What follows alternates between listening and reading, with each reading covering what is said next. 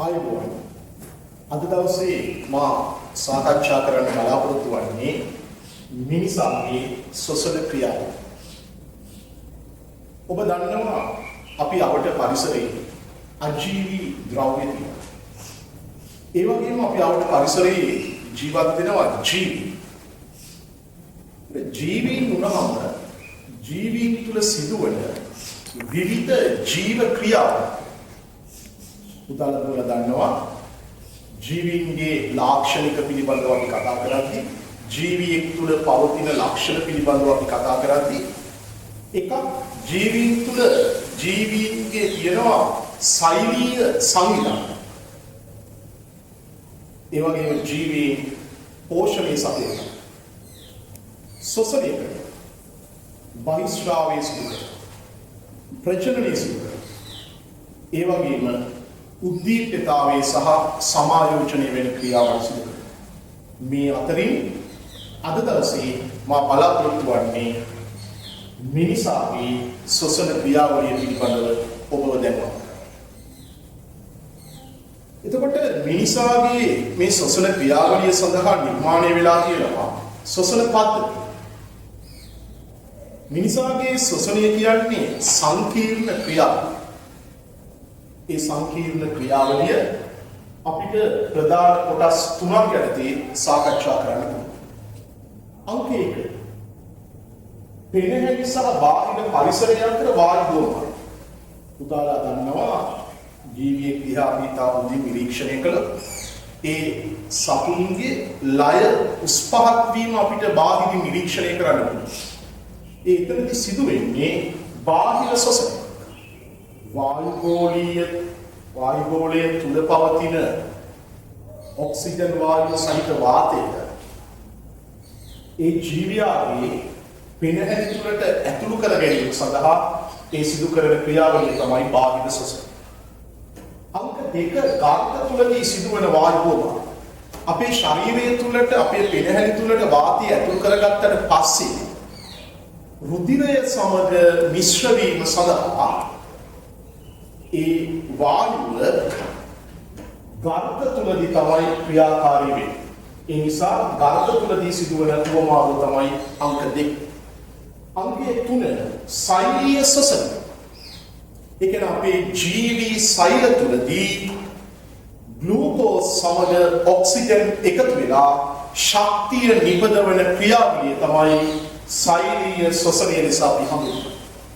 මේ අනුව පුතාලා දුවලා දැනගන්න ඕනේ ජීවීන්ගේ සොසල ක්‍රියාවලිය ගත්තහම මිනිසාගේ සොසල ක්‍රියාවලිය ගත්තාම ඒ ප්‍රධාන කොටස් තුන තමයි එකක් බාහිර සොසලය. අංක 2 ගර්භ තුලදී සිදුවන වායු දෝමන. අංක 3 ශෛලීය සොසල. මා දැන් ඔබට පැහැදිලි කරන්න සූදානම් වෙන්නේ බාහිර සොසලය පිළිබඳව. බාහිර සොසලය නිසා අපි හඳුන්වන්නේ පෙරහැරි තුලට ඔක්සිජන් සහිත වාතය ඇතුළු කර ගැනීමට සෛල තුලදී අතුරු බලයක් ලෙස නිපද වෙන වායුමය අපද්‍රව්‍ය පෙරහැරි වලින් ඉවත් කිරීමත් ඒ කරන කාර්යය තමයි බාහිර සොසලය කියලා අපි හඳුන්වන්නේ.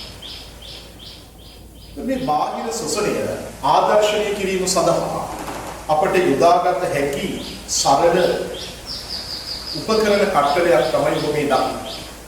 මේක නිර්මාණය කරලා තියෙන්නේ ප්ලාස්ටික් මෙගා බෝතලයක්. ඒ වගේම මේකට අපි එකේ කොටසක් කපලා මේ ආකාරයට රබර් පටලයක් සම්බන්ධ කරලා තියෙනවා. මේ රබර් පටලය සම්බන්ධ කරද්දී ඒ ඇතුළත බලය නිසා මේක සංකෝචනය වෙන එක වළක්වන්න මෙතනදී PVC බට කැබැල්ලක් ඇතුළට සම්බන්ධ කරලා තියෙනවා. ඒ වගේම වයි හැඩදී බටයක් මේකට සම්බන්ධ කරලා අපි රබර් බැලුම් දෙකක් සම්බන්ධ කරලා තියෙනවා. ඒවා පහළට යන එක වළක්වන්න රබර් පටි දෙකකින් සම්බන්ධ කරලා තියෙනවා. ඉතින් මේකෙන් මා නිරූපණය කරන්න යන්නේ උරස් කුහරය තුල සිදුවන ඒ වායුව මාරු ක්‍රියාව. සොසල ක්‍රියාව. මෙතනදී අපි මේ කියන රබර් පටලය පහළට අදිනකොට ඔබට පේනවා මේ උත්තර දුරට පේනවා මේ කියන බැලුම් දෙක පින් මේක අත්හරිනකොට සහ ඇතුළට තද කරනකොට මේක ඔබට හැකිලෙනවා අපිට. මම නැවත මේ ක්‍රියාවලිය නිරූපණය කරලා පින්නුවොත් මේ යට තියෙන රබර් පටලය පහළට මේ ආකාරයට අදිනකොට ඇතුළත තියෙන බැලුම් දෙක පින්. මේ බැලුම් දෙක සම්බන්ධ කරන්න පුළුවන් අපිට සමාන කරන්න පුළුවන් අපේ පෙනහලට. මේ රබර් පටලය සමාන කරන්න පුළුවන් වෙන්නේ මහා ප්‍රාචීන. මාද මේක අතරින්කොට සහ මේක ඇතුළට තද කරනකොට මේ ආකාරයට ඔබට පේනවා මේ බැලුම් දෙක හැකිලීමකට ලක්. මේක තමයි උරස් කුහරය තුල වායු බෝමාරු සිද්ධ වෙද්දී අපේ බාහිර වායු ගෝලීය වාතය අතුරු කරගනිද්දී සිදුවන ක්‍රියාව. මා මීළඟට සූදානම් වෙන්නේ සොසන පද්ධතිය කියන්නේ මොකක්ද කියන එක පිළිබඳව ඔබට පැහැදිලි කිරීමක් කරන්න. සොසන පද්ධතිය නිසා අපි හඳුන්වන්නේ ජීව ක්‍රියාවලිය සඳහා අවශ්‍ය ඔක්සිජන් ලබා ගැනීමට නිපදවන කාබන් ඩයොක්සයිඩ් වායුව බැහැර කිරීමට සැකසී ඇති පද්ධතිය. මම නැවත වතාවක් කිව්වොත් සොසන පද්ධතිය යනු ජීව ක්‍රියාවලිය සඳහා අවශ්‍ය ඔක්සිජන් ලබා ගැනීමට නිපදවන කාබන් ඩයොක්සයිඩ් වායුව බැහැර කිරීමට සැකසී ඇති පද්ධතිය. මම ඊළඟට පුතාලා දුවලට පැහැදිලි කරන්න යන්නේ සොසන පද්ධතියේ අඩංගු අවයව පිළිබඳව. සොසන පද්ධතිය නාස් කුහරයෙන් ආරම්භ වෙලා පිනහළු වල ගර්ත වලින් අවසන් වෙනවා. මේ රූපේ ආකාරයට අපි ඒ වායුව ඔක්සිජන් වායුව ගමන් කරන මාර්ගය නිරීක්ෂණය කළොත් නාස් කුහරය ග්‍රසනිකාව ඉන්පසුව ස්වරාලයට පසුව ශ්වාස නාලය ඉන්පසුව වම් සහ දකුණු ලෙස ශ්වාස නාලිකා දෙකකට බෙදිලා පිනහළු දෙකට ඒ වාතය රැගෙන යනවා. ශ්වාස නාලිකා තුල වාත කෝෂ සහ ගර්ත පවතිනවා. ඔබ මේ ආකාරයට දැන් දකින්නේ ඒ රූපය. මෙතන මේ පෙනහළු වල ආරක්ෂාව සඳහා පවතින පරුෂු හෙවත් ඉලයට ඔබට නිරීක්ෂණය කරන්න පුළුවන්. ඒ වගේම උරස් කුහරය සහ උදර කුහරය වෙන් කරන මහා ප්‍රාචීරය නම් පටලයක් මේ රූපයෙන් ඔබට නිරීක්ෂණය කරන්න අවස්ථාව තියෙනවා. ඔබ රූප සටහනකින් දුටු සොසන පද්ධතිය මා මේ ආකෘතිය ආශ්‍රය ඔබට පැහැදිලි කරන්න සූදානම්. මේ නාස් විවරය.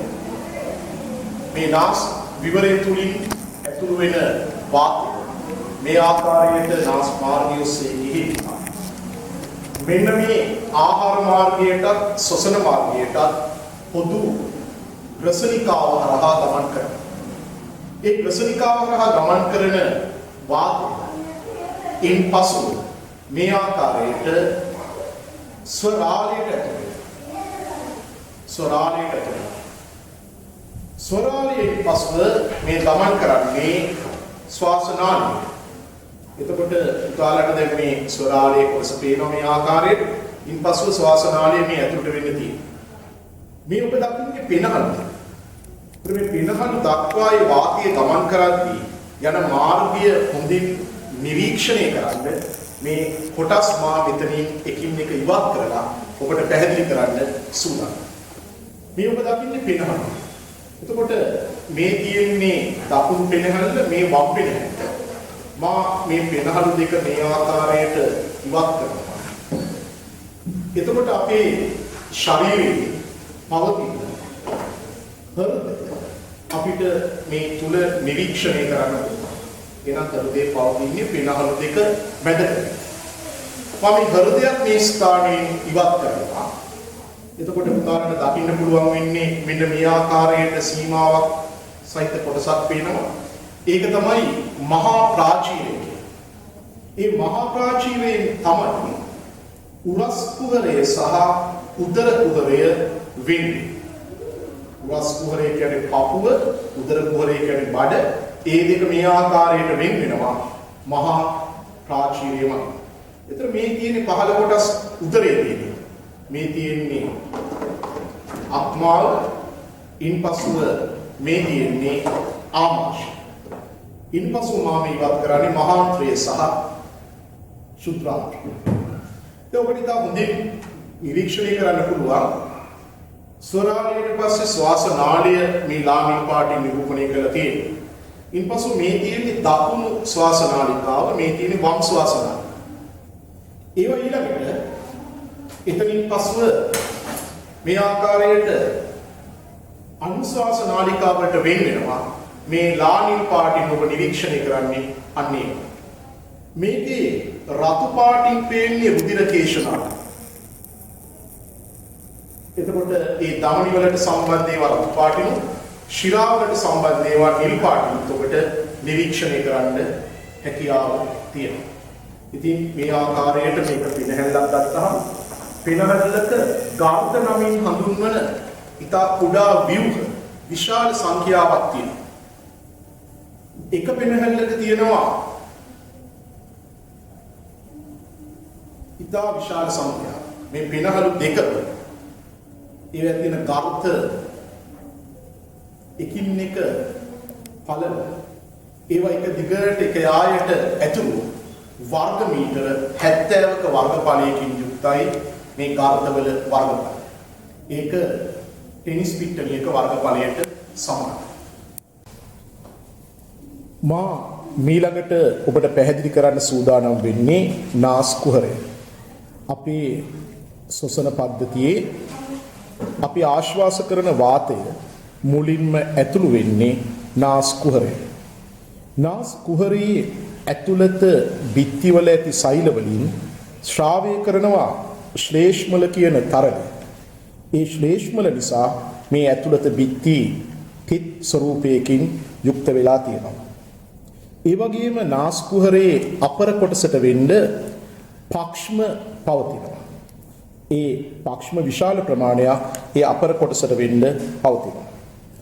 අපි ආශ්වාස කරන වාතයේ තියෙන දූවිලි අංශු, බැක්ටීරියා වගේ ඒ අපද්‍රව්‍ය මේ ශ්ලේෂ්මල වල ඇලීමකට ලක් වෙනවා.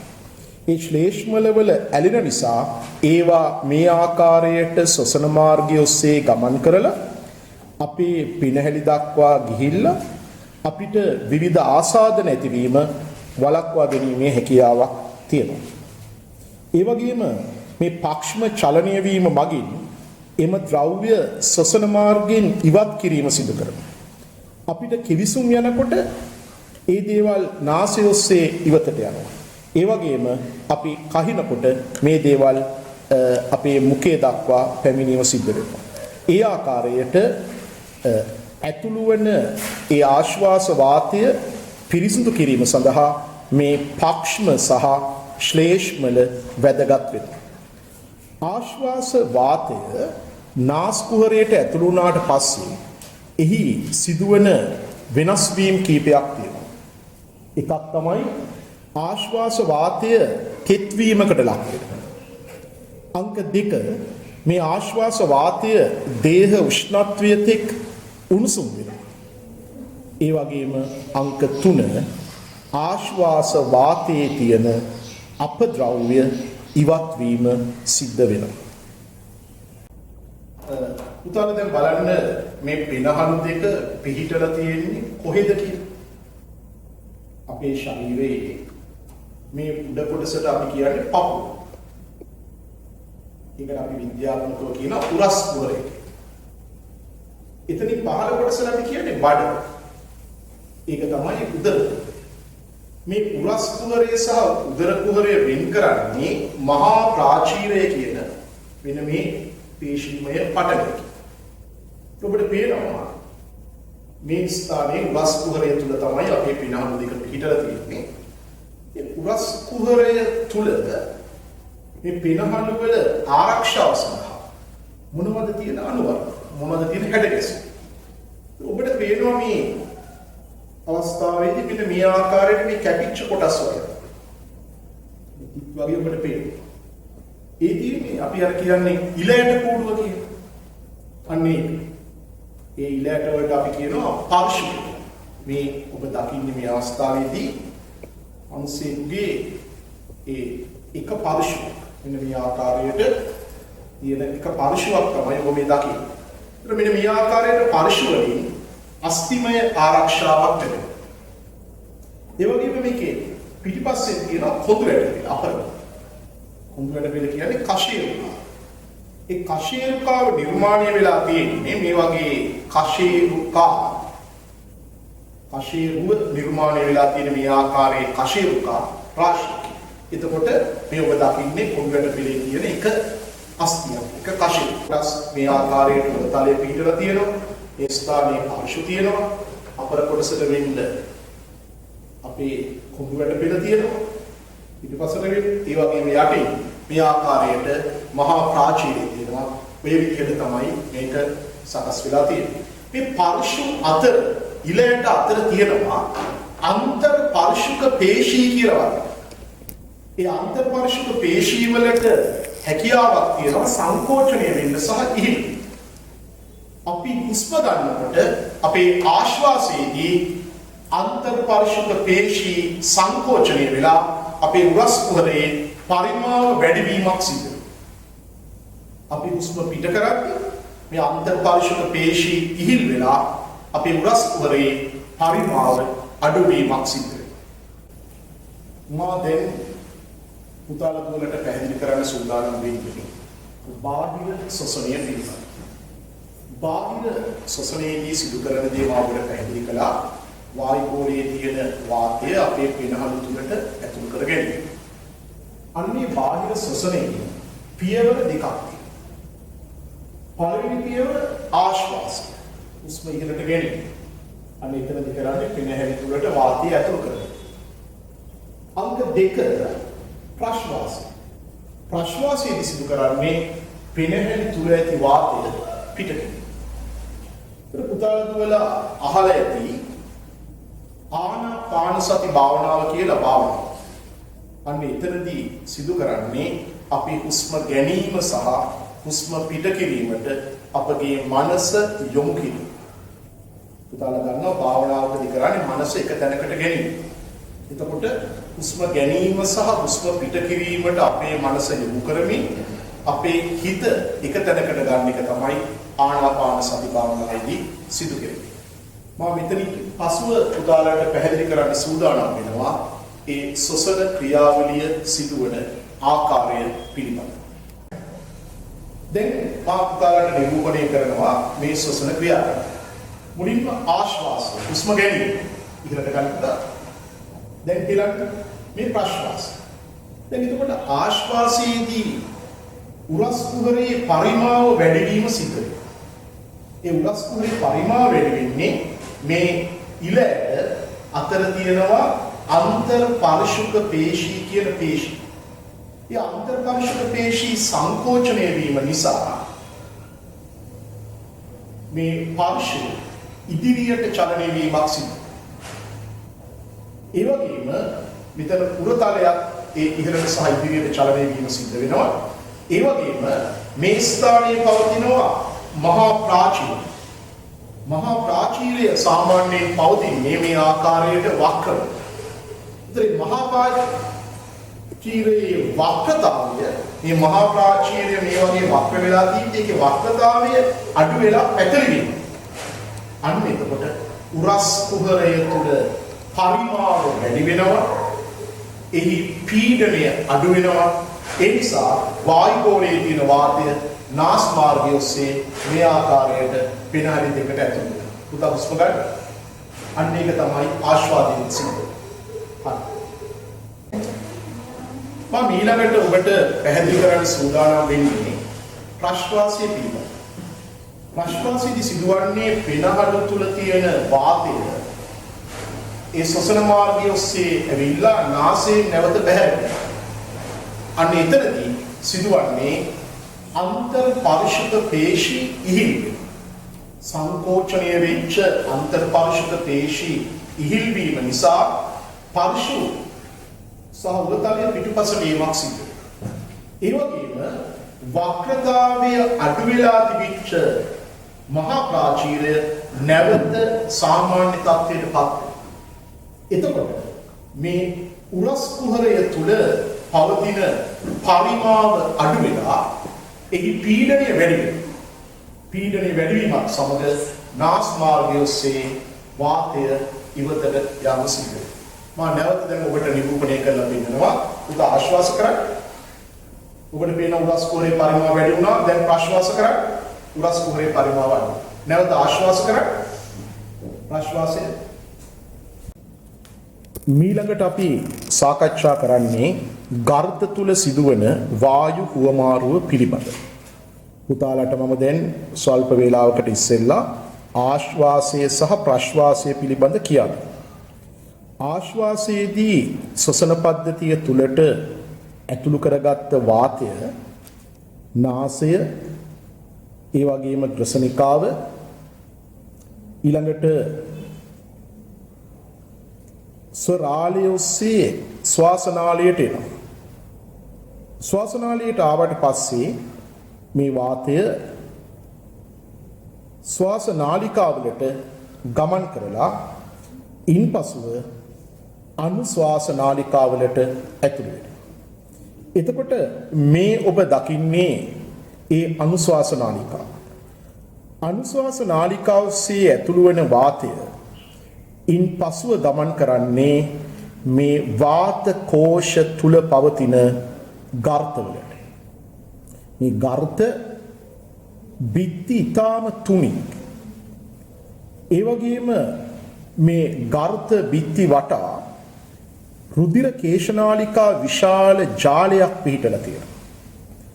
අන්නේ හේතුව මේ වායු හුවමාරුව කාර්යක්ෂමව සිදුවීම සඳහා ලොකු අනුවර්තනයක් වෙනවා. ගර්ත තුලදී වායු හුවමාරුව සිදුවන්නේ විසරණය කියන ක්‍රියාවලිය මගින්. පුතාලා විසරණය කියන වචනේ මේක ඉස්සෙල්ලා අහලා ඇති. නමුත් මම හිතුවා ඕගොල්ලන්ට විසරණය කියන ක්‍රියාවලිය ගැන යම් අදහසක් මේ මොහොතේ ලබා දෙන්න. විසරණය කියලා කියන්නේ අංශු සාන්ද්‍රණය වැඩි ස්ථානයක සිට අංශු සාන්ද්‍රණය අඩු ස්ථානයකට අංශු ගමන් කිරීමේ ක්‍රියාව. මා විසරණය ආදර්ශනය කිරීම සඳහා මේ අවස්ථාවේදී බීකරයකට ජලය ස්වල්පයක් දාලා ඒකට කොන්ඩිස් කැට ඉතා පුංචි ප්‍රමාණයක් මේ ආකාරයට දානවා. දැන් මට පස්සේ ඔබට පේනවා මේ කොන්ඩිස් කැට දිය වෙද්දී බොහෝම ලස්සනට මේ ජලය තුල ටික ටික තමයි මේ අංශු පැතිරෙන්නේ. ඒ කොන්ඩිස් කැට තියෙන ස්ථානයේ කොන්ඩිස් අංශු සාන්ද්‍රණය වැඩි. අවට ජලයේ කොන්ඩිස් අංශු නැති තරම්.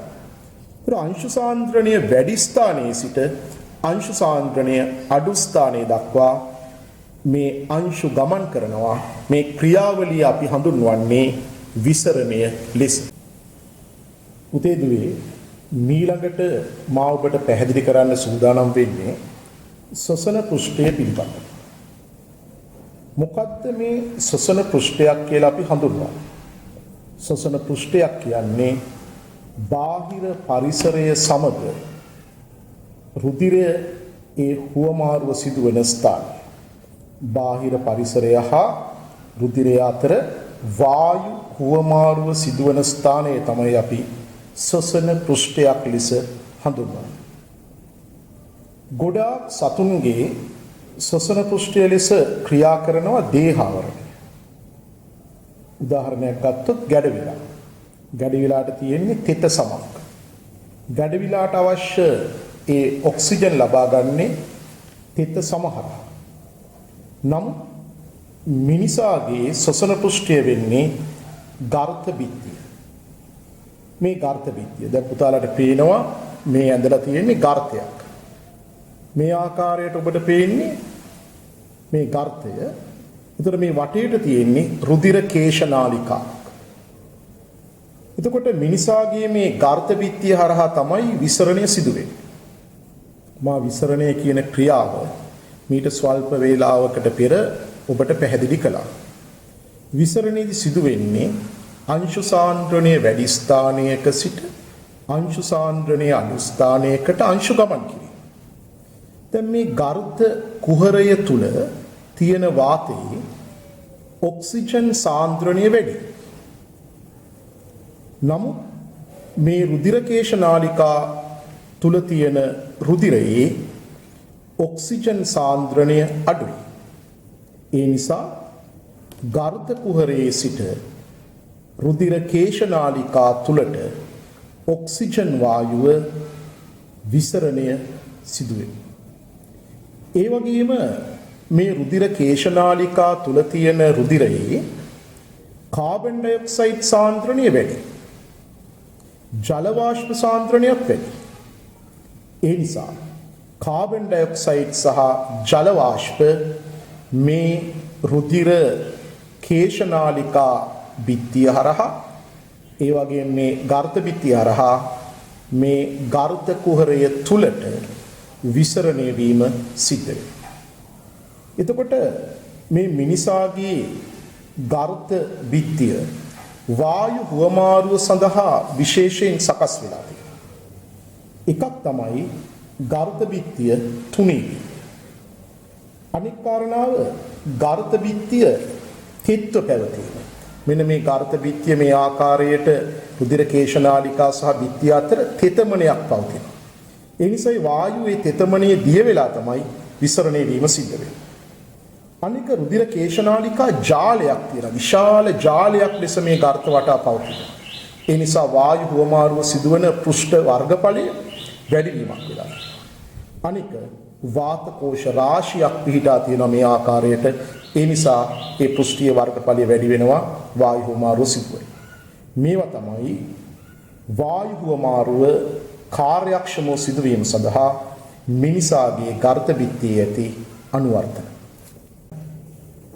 මීළඟට මා සාකච්ඡා කරන්න බලාපොරොත්තු වෙන්නේ සෛලීය ශ්වසනය පිළිබඳව.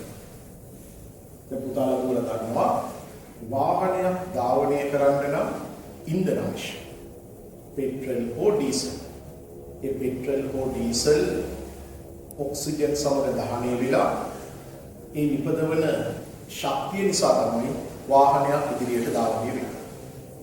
එතකොට සතුන් වෙච්ච අපේ ශරීරයේ අවයව අත්පා අපිට චලනය කරන්න පුළුවන්. ඒ චලනය කරන්න අපිට ශක්තිය අවශ්‍යයි. අපේ ශරීරයේ අභ්‍යන්තරයේ සිදුවන විවිධ ජීව ක්‍රියාවන් සඳහා ශක්තිය අවශ්‍යයි. කොහොමද ඒ අපේ ජීව ක්‍රියාවන් සිදුවීම සඳහා අවශ්‍ය ශක්තිය නිෂ්පාදනය වෙන්නේ? අන්නේ ශක්තිය නිපදවන ක්‍රියාවලියට තමයි අපි සෛලීය ශ්වසනය කියන නම කියන්නේ. මොකද්ද මේ සෛලීය ශ්වසනය කියන්නේ? ජීව ක්‍රියා සඳහා අවශ්‍ය ශක්තිය නිපදවා ගැනීමට සජීවී සෛල තුළදී සරල ආහාර ඔක්සිකරණය කිරීමේ ක්‍රියාව. මානවත පැහැදිලි කළොත් ජීව ක්‍රියා සඳහා අවශ්‍ය ශක්තිය නිපදවා ගැනීමට සජීවී සෛල තුළදී සරල ආහාර ඔක්සිකරණය කිරීමේ ක්‍රියාවලියයි සෛලීය ශ්වසනය ලෙස හඳුන්වන්නේ. මේ සෛලීය ශ්වසනය වචන සමීකරණයකින් අපි නිරූපණය කරනවා. ග්ලූකෝස්. උදාහරණ ගන්නවා අපි ගන්න ආහාර වලින් අපේ රුධිරයට අවශෝෂණය වෙනවා ග්ලූකෝස්. ඊළඟට ඔක්සිජන්.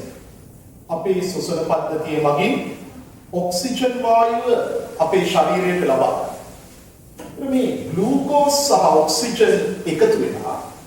මේ ඔක්සිජන් මගින් මේ ග්ලූකෝස් වල තියෙන බන්ධන බිඳ කාබන් ඩයොක්සයිඩ් වායුව ජලය සහ ශක්තිය නිපදවනවා. අන්නේ ශක්තිය පාවිච්චි කරලා තමයි අපි අපේ ජීව ක්‍රියාවන් සිදු කරන්නේ. එහෙනම් අපිට ශක්තිය සඳහා ආහාරත් අවශ්‍යයි, ඔක්සිජන්ත් අවශ්‍යයි. මේකම රසායනික සමීකරණයකින් නිරූපණය කළොත් ග්ලූකෝස් අපි කියන්නේ C6H12 සහ O6 එකතු කිරීම O2 මේ සමීකරණය තුලිත කිරීම සඳහා අපි 6ක් ඉදිරියෙන් දාලා තියෙනවා. ඊට පස්සේ කාබන් ඩයොක්සයිඩ් 6යි CO2 ජලය 6යි H2O සහ ශක්තිය මේ ආකාරයට නිරූපණය කරනවා. සෛලීය ශ්වසනය පිළිබඳව පැහැදිලි කරද්දී සෛලීය ශ්වසනය අපිට ආකාර දෙකකට වෙන් කරන්න පුළුවන්. එක ස්වායු ශ්වසනය. අංක 2 නිර්වායු ශ්වසනය. ස්වායු ශ්වසනය නිසා අපි හඳුන්වන්නේ ඔක්සිජන් වායුව ඇති විට සිදුවන ශ්වසනය. පාපුකාලක වලට මීට පෙර මේ සමීකරණ වලින් දෙන්නේ මේක තමයි. ඔක්සිජන් වායුව පවතිද්දී සිදුවන ශ්වසනය තමයි ස්වායු ශ්වසනය. අන්න එතනදී වැඩි ශක්ති ප්‍රමාණයක් නිපදවේ. ග්ලූකෝස් සම්පූර්ණයෙන් ඔක්සිකරණයට ලක්වීම සිද්ධ වෙනවා. නිර්වායු ශ්වසනය කියලා කියන්නේ ඔක්සිජන් වායුව රහිතව සිදුවන ශ්වසනය. ඔක්සිජන් නැති අවස්ථාවලදී ශාක හා සතුන්ගේ දේහ සෛලවල ශ්වසනය සිදු වෙනවා. ඒක තමයි නිර්වායු ශ්වසනය. සතුන්ගේ නිර්වායු ශ්වසනයේදී ඒ ග්ලූකෝස් විදහෙලලා ලැක්ටික් අම්ලය සහ ශක්තිය නිපදවනවා. ඒ නිපදවන ශක්ති ප්‍රමාණය ඉතා අඩුයි. හදන ලැක්ටික් අම්ලය අපේ පේශීවල දබඩා වෙනකොට වේදනාවක් ඇති වෙනවා. දැන් උදාහරණයක් වශයෙන් අපි ගත්තොත් මීටර 100 ධාවන තරංගයක යෙදෙන අවස්ථාවකදී සමහර ක්‍රීඩකයින්ගේ මස්පිඩු පෙරලීමකට ලක් වෙනවා. ඒ මස්පිඩු පෙරලීමට ලක් වෙන්නේ ඒ ශක්තිය වේගවත්ව නිපදවද්දී ඒ පේශී සෛලවල ලැක්ටික් අම්ලය නිපදවන නිසා. ඒ වගේම ශාකවල නිර්වායු ශ්වසනය ගැන කතා කරලා එතනදී ග්ලූකෝස් වලින් කාබන් ඩයොක්සයිඩ් එතිල් ඇල්කොහොල් සහ ශක්තිය නිපදවනවා. උදාහරණ ගන්නවා ඊස්ට් මගින් ග්ලූකෝස් පැසීම සිද්ධ කරලා කාබන් ඩයොක්සයිඩ් එතිල් ඇල්කොහොල් සහ ශක්තිය නිපදවනවා. පහුගිය කාලවලදී රටේ ඇඳින් නීති තත්ත්ව පවතිද්දී අපි රූපවාහිනිය සහ විවිධ සමාජ මාධ්‍ය හරහා දුටුවා සමහර පුද්ගලයන් තමන්ගේ නිවෙස්වල පුළුවන් විදිහට මේ ශාකවල නිර්වායු ශ්වසන ප්‍රතික්‍රියාව සිදු කරමින් එතිල් ඇල්කොහොල් නිෂ්පාදනය කරනවා කියන පරිදි. ස්වායු ශ්වසනයේදී සහ නිර්වායු ශ්වසනයේදී නිපදවන ශක්තියට සිදුවන්නේ කුමක්? ඒක මේ පුතාලා දුරකට තියෙන ගැටලුව. මේ ශක්තියේ කොටසක් තාපයේ බවට පත් වෙනවා. තවත් කොටසක් ඇඩිනෝසින් ට්‍රයිෆොස්ෆේට් අපි ඒකට කියනවා ATP කියන අතිශක්ති සංයෝගය තුල ගබඩා. සෛලීය ශ්වසනයේදී නිපදවන ශක්තියෙන් කොටසක් ATP ඇඩිනෝසින් ට්‍රයිෆොස්ෆේට් කියන අතිශක්ති සංයෝගය තුල ගබඩා. දැන් අපි දෛනික කටයුතු වල යෙදෙනකොට අපිට ශක්තිය අවශ්‍යයි. අපි ව්‍යායාම කරනකොට ක්‍රීඩා කරනකොට අපිට ශක්තිය අවශ්‍යයි. මේ ශක්තිය අවශ්‍යතාවයකදී සිදුවන්නේ කුමක්? ATP වල ගබඩා වෙලා තියෙන ශක්තිය එහි මේ ෆොස්ෆේට් කාණ්ඩ අතර තියෙන මේ බන්ධනයක් බිඳි. ATP බිඳ ගෙරුවට පස්සේ ඔබට පේනවා දැන් පවතින්නේ ෆොස්ෆේට් කාණ්ඩ දෙකක්. ADP ඇඩිනෝසින් ඩයිෆොස්ෆේට් සහ ෆොස්ෆේට් කාණ්ඩයක් හැදෙනවා. ඊට අමතරව ශක්තිය නිදහස් වීම සිද්ධ වෙනවා. අන්නේ නිදහස් වන ශක්තියෙන් තමයි අපි අපේ ජීව ක්‍රියාවන් සිදු කිරීම කරන්නේ. ඒ නිදහස් වන ශක්තියෙන් අපි අපේ ජීව ක්‍රියාවන් සිදු කිරීම සිද්ධ කරනවා. ඒ නිසා ඇඩිනෝසින් ට්‍රයිෆොස්ෆේට් ශක්තිය ගබඩා කිරීම ඒ වගේම ශක්ති වාහකයක් ලෙස මේ ආකාරයට ක්‍රියා කරනවා ජීවීන්ගේ සෛල තුළ. පුතේ දුවේ අපේ පාඩමේ අවසාන වශයෙන් අපි කතා කරන්න සූදානම් වෙන්නේ ATP වල ගැප් වෙලා තියෙන ශක්තිය යොදා ගන්න අවස්ථා පිළිබඳව. අපේ ශරීරවල මොන වගේ අවස්ථාවලටද ශාකවල මොන වගේ ක්‍රියාවන්ටද මේ ATP වල ගැප් වෙලා තියෙන ශක්තිය පාවිච්චි කරන්න කියන එක. මුලින්ම පේශී චලන සඳහා වැඩිපුරම සතුන් යොදාගන්නේ මේ සඳහා. ඒ වගේම සක්‍රීය පරිවහනය සඳහා ජීවීන් තුළ සිදුවන රසායනික ප්‍රතික්‍රියා සඳහා සරල සංයෝග වලින් සංකීර්ණ සංයෝග සංශ්ලේෂණය කරන්න. උදාහරණයක් වශයෙන් ගත්තොත් ඇමයිනෝ අම්ල වලින් ප්‍රෝටීන් සංශ්ලේෂණය වගේ දෙයක් අපිට ගන්න පුළුවන්. ඒ වගේම ජීවීන්ගේ නවසෛල නිපදවන්නත් ශක්තිය අවශ්‍යයි. සමහර ජීවීන් විශේෂයෙන් කණාමැදිරියා වගේ සතුන්, රෑබදුල්ලා වගේ සතුන් ඒ රාත්‍රී කාලයේදී ආලෝකය නිපදවද්දී ඒ සඳහාත් මේ ATP වල ගැප් වෙලා තියෙන ශක්තිය වැදගත්. ඊට අමතරව විදුලි ආන්දාවෙනි සමහර ජීවීන් විදුලිය නිෂ්පාදනය කිරීම සඳහා යොදාගන්නේ ATP වල ගැප් වෙලා තියෙන ශක්තිය. ඉතින් දුවේ පුතේ අපි අද දවසේ සාකච්ඡා කළේ මිනිසාගේ ශ්වසන ක්‍රියාවලිය පිළිබඳව. අපි ඉදිරි පාඩමකදී නැවතත් ඔබ සමග මේ ආකාරයට සම්බන්ධ වෙන්න බලාපොරොත්තු වෙනවා.